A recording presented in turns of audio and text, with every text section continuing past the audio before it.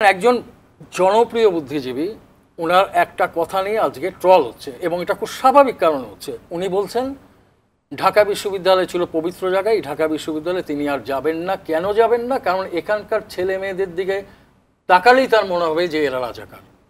How come?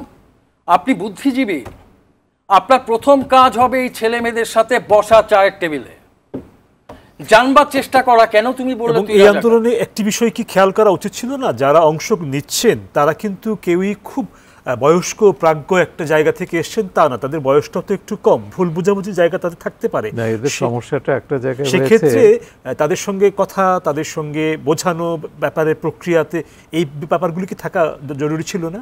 অবশ্যই জরুরি ছিল, যেটা শাহরিয়ার চাচা আগেই বলে গেছেন।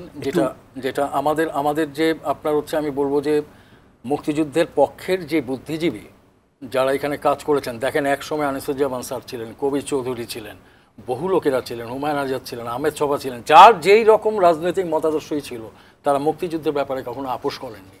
আজকের আমি একজন বুদ্ধিজীবী যদি বলে বসি যে আমি ইউনিভার্সিটিতে যাব না কারণ এই ছেলেমেয়ের দিকে তাকালে রাজাকার মনে হবে, তার মানে আমি সরাসরি দায়িত্বটা এড়িয়ে গেলাম।